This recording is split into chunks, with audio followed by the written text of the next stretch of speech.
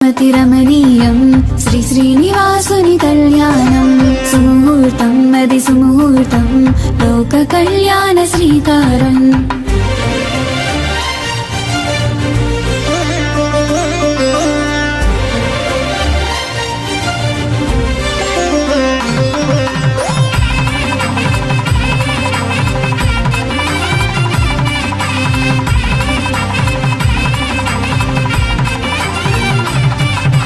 గాయానికి ఔషధాలకై గోవిందుడు